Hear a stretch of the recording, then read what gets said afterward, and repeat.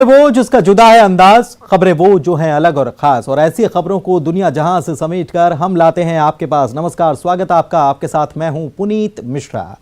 तो खबरें जो हम आपको बताने वाले हैं इनमें कुछ खट्टी हैं, कुछ में भरी है मिठास, और इसीलिए कहते हैं इन्हें खबरें जरा खास। तो चलिए देर कैसी शुरू करते हैं खास खबरों का खास बुलेटिन, खबरें जरा हटके।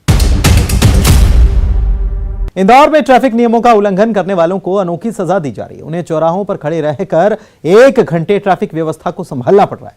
दरअसल शहर की ट्रैफिक व्यवस्था को सुधारने के लिए यातायात पुलिस का एक विशेष अभियान चल रहा है, और इसके तहत नियमों का उल्लंघन करने वालों को इस तरह की सजा दी जा रही है। देखिए जरा।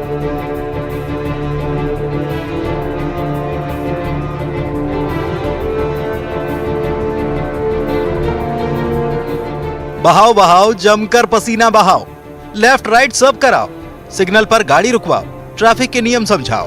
करोगे नहीं तो ट्रैफिक नियम की अहमियत समझोगे कैसे?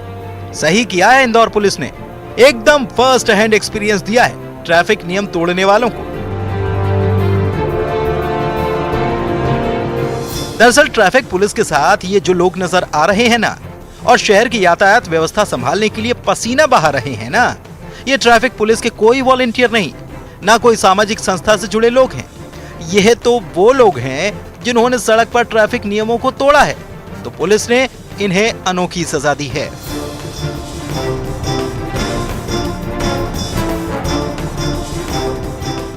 इंदौर में यातायात के नियमों को तोड़ने वालों को या तो चालान भरना होगा या फिर चौराहे पर 1 घंटे यातायात संभालना होगा। इंदौर यातायात पुलिस का कहना है कि जो भी लोग यातायात के नियमों का उल्लंघन करते हैं उनका चालान बनाया जाता है। बावजूद इसके वे फिर से नियमों का उल्लंघन करते पाए जाते हैं। यातायात के नियमों का सख्ती से पालन कराने के लिए अब विशेष अभियान चलाया गया है, जिसमें यातायात के नियमों का उल्लंघन करने वालों के खिलाफ या तो चालानी कार्रवाई की जा रही है या फिर उसी चौराहे पर 1 घंटे तक यातायात व्यवस्था संभालने की सजा दी जा रही है, और भविष्य में ट्रैफिक रूल्स के पालन की शपथ भी दिलवाई जा रही है। देखिए, जो ट्रैफिक नियमों का वायलेशन करते हैं ऐसे लोगों को हमने रोका है, और उनको 2 ऑप्शन दिए हैं। या तो आप मोटर व्हीकल एक्ट के तहत जो चालान है वो बनवाइए, या फिर आप स्वयं खड़े होकर इस चौराहे पर 1 घंटे ट्रैफिक को चलाइए और लोगों को ट्रैफिक के नियमों के पालन के लिए जागरूक करिए।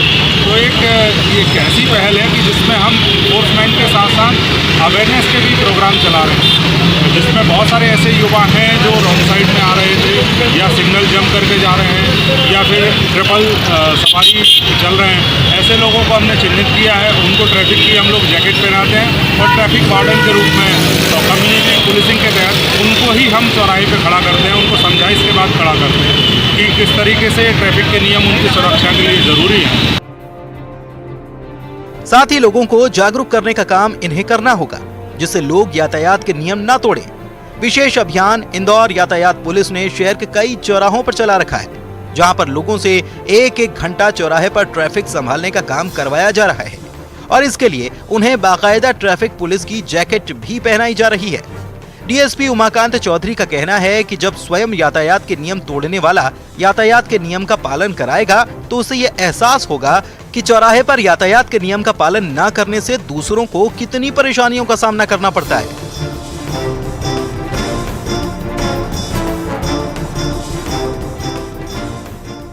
वहीं सड़क किनारे खड़ी बसों की वजह से भी यातायात प्रभावित होता है। इसके लिए ट्रैफिक विभाग और नगर निगम ऐसी बसें जब्त कर ट्रेंचिंग ग्राउंड भिजवा रहा है। अभी तक 50 से ज्यादा बसें ट्रेंचिंग ग्राउंड भिजवाई जा चुकी हैं। ट्रैवल संचालकों और बस मालिकों को सख्त हिदायत दी जा रही है कि वे अपनी बसें नियत स्थान पर ही खड़ी करें। अगर उनकी बसें सड़कों के किनारे खड़ी पाई गई तो सख्त कार्रवाई की जाएगी। नगर निगम इंदौर और ट्रैफिक पुलिस इंदौर की संयुक्त कार्रवाई चल रही है, जिसमें जो अवैधानिक रूप से कहीं भी बसें खड़ी कर देते हैं और यातायात अवरुद्ध करते हैं, ऐसे वाहन चालकों के विरुद्ध कार्रवाई की जा रही है। इस कड़ी में आज हमने छोटी ग्वालटोली एरिया में और बमोरी एरिया में, जहाँ पे बहुत सारे मैकेनिक्स के वर्कशॉप हैं, वहाँ पर ढेर सारी बसेस खड़ी होने से यातायात अवरुद्ध होता है। बहुत चौड़ा डबल रोड बना हुआ है, उसके बावजूद भी वहाँ निकलने में बहुत दिक्कत जाती थी।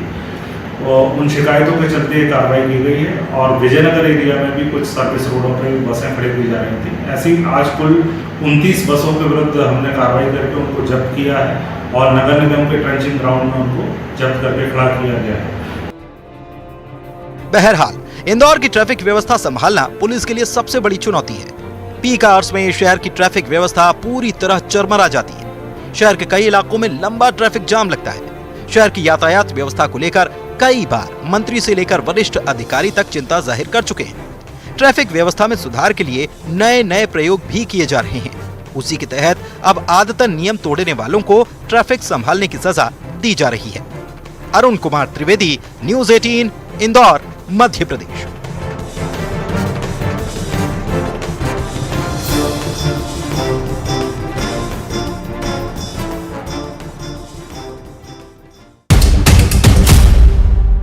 कम लागत और मुनाफा ज्यादा, कुछ इसी मकसद के तहत नैनीताल के किसान अब विदेशी सेब उगा रहे हैं। नैनीताल के एक किसान ने महज 1000 वर्ग मीटर में 200 पौधे लगाए, जिनमें 16,000 से ज्यादा सेब उगाए। है ना कमाल की बात।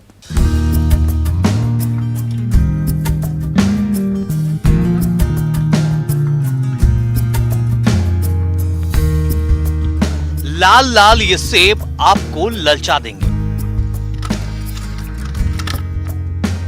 छोटा सा पौधा, जमीन का छोटा सा हिस्सा, लेकिन फसल भरपूर आई है। देखिए छोटे छोटे पेड़ों पर गुच्छों में सेब लटके हैं। जहां तक नजरें दौड़ाएंगे सेब ही सेब पाएंगे। दरअसल नैनीताल के धानचूली गांव में एक किसान ने 3 साल पहले महज 1000 वर्ग मीटर में 200 सेब के पेड़ लगाए थे, जिसमें इस साल 16,000 से ज्यादा सेब के फल आए हैं। इस बागीचे में हर पेड़ पर 100 से ज्यादा फल भी दिखाई दे रहे हैं। उत्तराखंड में पहली बार इतनी कम जगह में इतने फल किसानों ने उगते देखे हैं। इसको लगाए हुए 3 साल हो चुके हैं। इसमें इस बार खूब अच्छी फसल आई है। कितने दाने मतलब कितने पेड़ लगाए थे आपने पौधे? ये हमने 200 पेड़ लगाए हुए हैं। और यहाँ कितने फल आपको इस बार मिले हैं? इस बार एक पेड़ में कम से कम 100 से ज़्यादा ही हैं। और टोटल कितने आपने फल यहाँ एकत्रित कर लिए? टोटल 16 से 17,000 के बीच में जो हैं अभी इस वक्त। दरअसल इंडो डच हॉर्टिकल्चर की उन्नति सेब योजना के तहत किसान विनोद गर्ग ने 3 साल पहले यहाँ सेब का बाग तैयार किया था। इस बाग में तीसरे साल जेरोमाइन और किंग रूट वैरायटी का विदेशों में उगने वाले सेब के पौधों से लगभग 16,000 फल तैयार किए गए हैं, जिनकी कीमत लगभग 2.5 से 3 लाख रुपए है। देखिए ये जो योजना है ये उन्नति एप्पल योजना करके हम इसको बोलते हैं, क्योंकि इसमें कोका कोला इंडिया जो है वो अपना CSR देता है और लगभग 500 बगीचे हम पूरे कर चुके हैं यहाँ पर। और ये जो क्षेत्र जो जहाँ आज आप आए हैं धानाचूली, और ये जो बाग अभी आप देख रहे हैं, इस बाग में लगभग 200 पेड़ हैं केवल, लेकिन इसमें 2.5 क्विंटल से ज़्यादा फ्रूट है और 16,000 फल है। तो ये कोई छोटा मोटा काम नहीं हुआ है, बहुत बड़ा है। बहुत से किसान इसको लेके आज बहुत ज़्यादा उत्साहित हुए हैं और उन्होंने को भी प्रेरणा मिली है लगाने की। तो हम लोग आने वाले कुछ सालों में ये लक्ष्य को लेके चल रहे हैं कि हम इंपोर्ट नहीं होने देंगे प्रदेश में। जो ये 3 लाख टन हर साल भारत में सेब बाहर से आता है उसे रोक देंगे। और हिमाचल की इकोनॉमी जो 10,000 करोड़ की इकोनॉमी है, लगभग 10 लाख टन सेब पैदा करता है हिमाचल। अगर हमारे यहाँ, क्योंकि ये 1200 मीटर में भी हो रहा है, 1200 से 1500 मीटर की हजारों एकड़ बेल्ट खाली पड़ी है उत्तराखंड में, हम उसमें सेब लगवाएंगे और उत्तराखंड को हिमाचल से आगे ले जाने का प्रयास करेंगे। इंडो डच हॉर्टिकल्चर के निदेशक सुधीर चड्डा का कहना है कि उन्नति सेब परियोजना के तहत इन्होंने अब तक उत्तराखंड, हिमाचल प्रदेश, जम्मू कश्मीर में 500 से ज्यादा यूनिट सेब के बाग लगाए हैं। एक किसान के लिए 1000 वर्ग मीटर क्षेत्र में 4 लाख की लागत से महज 2 लाख में पौधारोपण हो जाता है और दूसरे ही साल विदेशी वैरायटी के सेब का फल उन पेड़ों में आ जाता है। देखा जाए तो हम तो पूरे भारत में कर रहे हैं। कश्मीर को 82,000 पौधे हमने दिए, जम्मू, पुंछ, भदरवा, डोडा, राजौरी हमने लगभग 40,000 पौधे भी दिए। ऐसे ही हिमाचल को हमने तो लाखों में पौधे दिए हैं, कोई हिसाब ही नहीं है, और वहाँ हजारों किसानों को दिए। लेकिन उत्तराखंड में हमने 500 बगीचे लगाए, लगभग 1 लाख पौधा हमने उत्तराखंड में भी दिए। दरअसल इंडो डच हॉर्टिकल्चर सेब के लिए खास तौर पर काम कर रहा है। सुधीर चड्डा का कहना है कि हर साल लगभग 3 लाख टन सेब बाहर से आते हैं, जिसे रोकने के लिए इंडो डच हॉर्टिकल्चर ने भारत में इस सेब की आयातित किस्मों का उत्पादन करने का संकल्प लिया है, जिसका नतीजा अब जम्मू कश्मीर, हिमाचल प्रदेश और उत्तराखंड में दिखाई दे रहा है। Bureau report, news 18। ब्रेक के बाद आपका स्वागत है और आप देख रहे हैं खबरें जरा हटके। चलिए आगे बढ़ते हैं। बड़ी बड़ी भव्य प्रतिमाओं का अपना आकर्षण होता है, लेकिन छोटी प्रतिमाएं बनाना बड़े हुनर का काम होता है। कुछ ऐसा ही कमाल कर दिखाया ओडिशा के राकेश कुमार पात्रा ने, जिन्होंने भगवान बुद्ध की मोम की 3.5 सेंटीमीटर और भगवान जगन्नाथ और उनके भाई बहनों की आधा सेंटीमीटर की प्रतिमा बना डाली।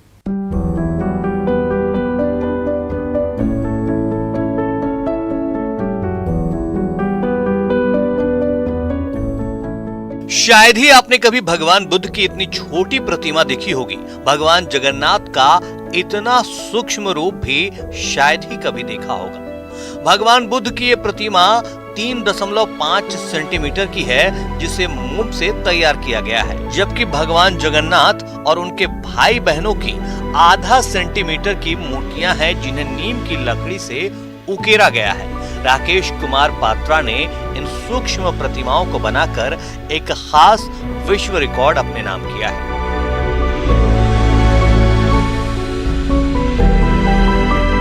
राकेश कुमार पात्रा जाजपुर जिले के नथासाही गांव के मूल निवासी हैं। राकेश अपनी अनूठी खूबियों के लिए जाने और पहचाने जाते रहे हैं।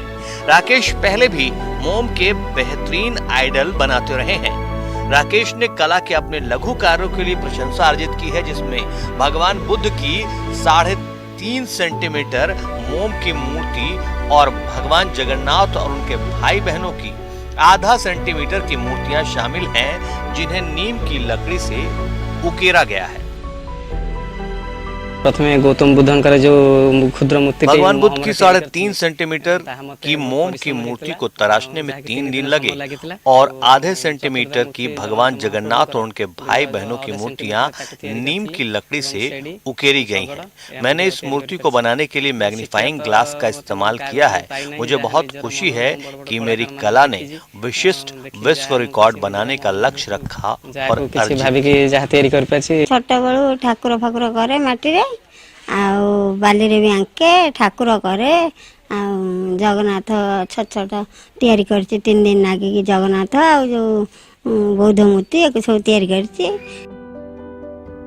राकेश ने नीम की लकड़ी से भगवान जगन्नाथ, भगवान बलभद्र और देवी सुभद्रा की सूक्ष्म प्रतिमाएं बनाई हैं। प्रत्येक मूर्ति आधा सेंटीमीटर की ऊंचाई पर खड़ी होती है। राकेश को इन सूक्ष्म मूर्तियों को ठीक से देखने के लिए मैग्नीफाइंग लेंस का इस्तेमाल करना पड़ा है। इस बेहतरीन कारीगरी के लिए राकेश ने नीम की लकड़ी, ब्लेड, सैंडपेपर, गोंद, पेंट और टूटे हुए मोबाइल के शीशे का इस्तेमाल किया। उनका शिल्प कौशल केवल यहीं तक सीमित नहीं है। इन्होंने लकड़ी और मिट्टी से विभिन्न देवताओं की मूर्तियां बनाई हैं। राकेश को मूर्ति कला, रेत, नक्काशी और पेंटिंग में गहरी रुचि है। अभी वो एक आर्ट कॉलेज में पढ़ रहे हैं और पेंटिंग के जरिए अपना खर्च और कॉलेज की फीस जुटा लेते हैं। राकेश की सफलता से उनके दोस्त और घर वाले भी खुश हैं। छोट बड़ू पाठ पढ़ला बेले से तो एमिद्रे कागज उन्होंने स्कूल में कागज पर बहुत अच्छी कला बनाई थी। हमें गर्व महसूस हो रहा है कि हमारे दोस्त ने खुद के लिए और हमारे गांव के लिए रिकॉर्ड बनाया है। बुद्धदेव जो कला छोट छोट मूर्ति भाई छोट बड़ू बहुत कागज पत्र रे कागज रे बहुत मूर्ति आंकते मान छोट बड़ू भी होची से माटी रे निजे निजे हाथ रे ये करिकी स्कूल रे भी प्राइज भी पाइछंती। धीरे धीरे भाई एमती बड़ मूर्ति भी सब कले आमे भी तांको हेल्प करूछु ए सब मूर्ति बनैबारे। राकेश का शिल्प कौशल केवल यहीं तक सीमित नहीं है। इन्होंने लकड़ी और मिट्टी से विभिन्न देवताओं की मूर्तियां बनाई हैं। अब राकेश का लक्ष्य कुछ और विश्व रिकॉर्ड बनाना है। सुजीत मलिक, न्यूज़ 18, जाजपुर।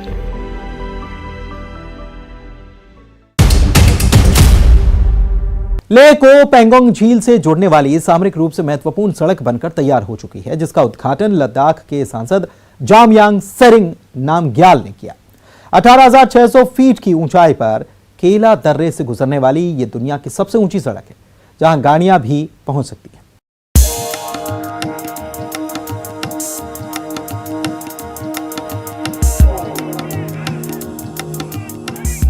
देखकर आपको हैरानी जरूर हो रही होगी कि पहाड़ की चोटियों पर ये गाड़ियां कैसे पहुंच गईं। आसपास सिर्फ और सिर्फ पहाड़ की ऊंची चोटियां ही हैं और इन चोटियों का सीना चीरकर भारतीय सेना ने सड़क निकाल दिया है। जी हां, ये दुनिया की सबसे ऊंची सड़क है जो 18,600 फीट की ऊंचाई पर बनाई गई।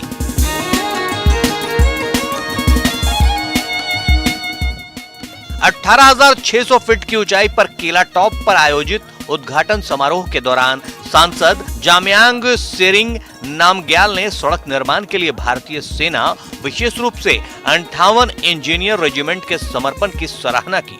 उन्होंने सीमावर्ती बुनियादी ढांचे, खासकर सड़कों और पुलों के निर्माण के लिए सरकार की गंभीरता का भी जिक्र किया।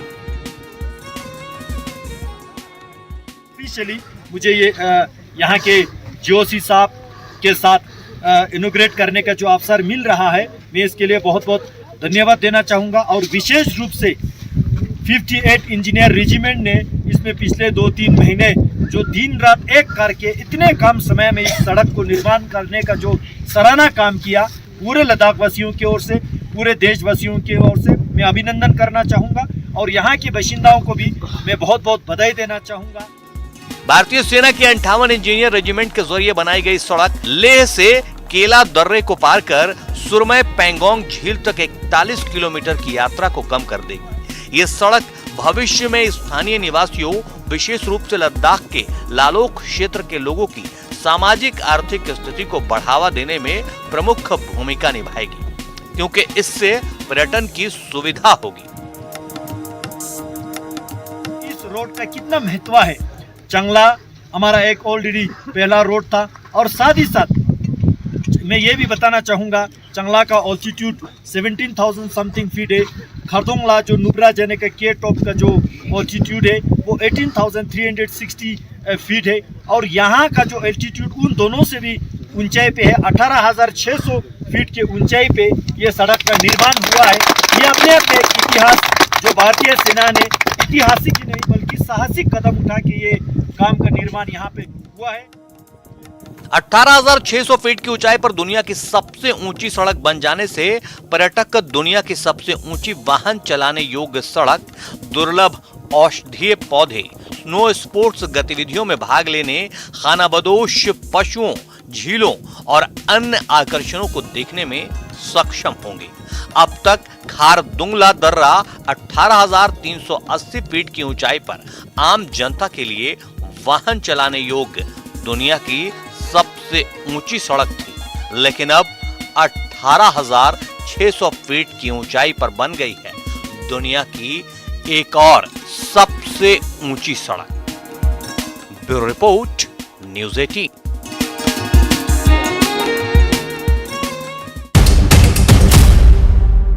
गौरैया की मधुर आवाज से कभी लोगों की आंखें खुला करती थी, लेकिन तमाम छोटे बड़े शहरों में अब यह आवाज घटती जा रही, कम सुनाई पड़ रही है। तेजी से बढ़ रहे शहरीकरण और पेड़ों की कटाई की वजह से इन चिड़िया के लिए बसेरा ढूंढना मुश्किल हो रहा है, लेकिन ऐसे में कुछ लोग हैं जो गौरैया संरक्षण के लिए काम कर रहे हैं।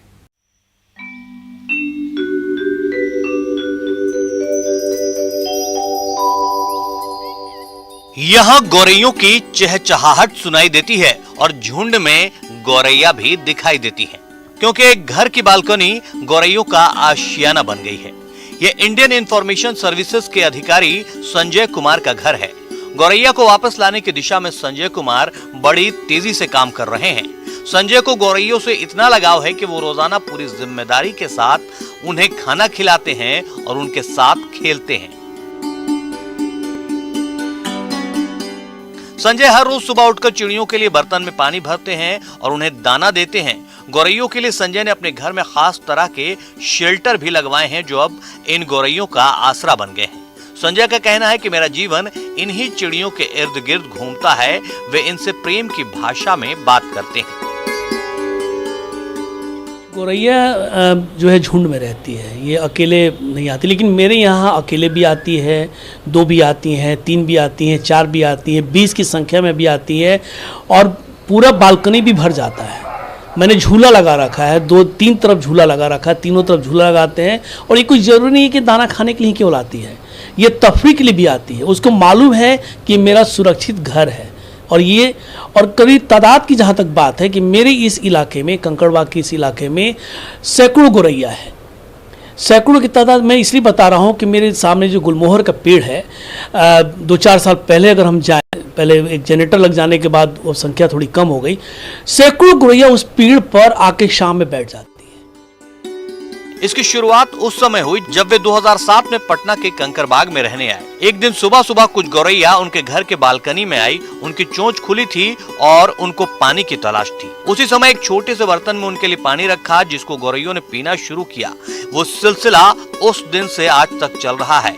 अब रोजाना 20 से 50 तक की संख्या में गौरैया इनके घर आती हैं।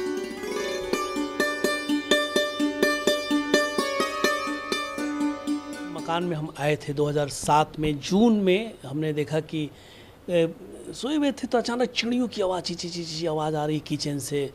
तो देखे कि किचन में गौरैया जो है वो पानी की तलाश में भटक रही थी, हाँफ रही थी, मतलब उसको चोंच फूंच खुला हुआ था। तो मुझे लगा ये पानी इसको चाहिए, तो हमने नल खोल दिया और देखने लगी क्या कर रही। फिर वो पानी पी और वो फिर अपना चली गई।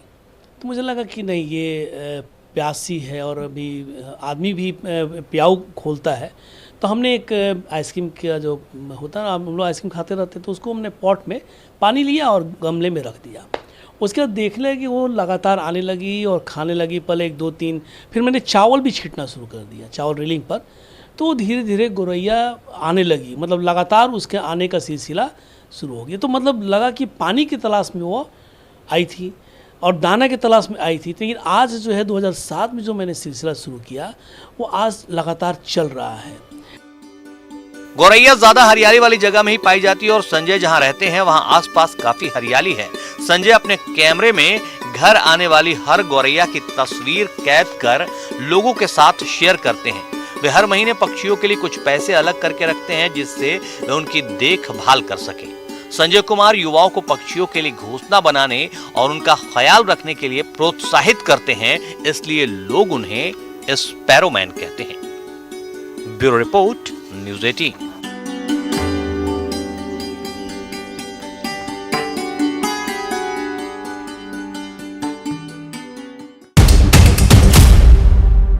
तो खबरें जरा हटके में आज के लिए बस इतना ही। मुझे दीजिए इजाजत। नमस्कार।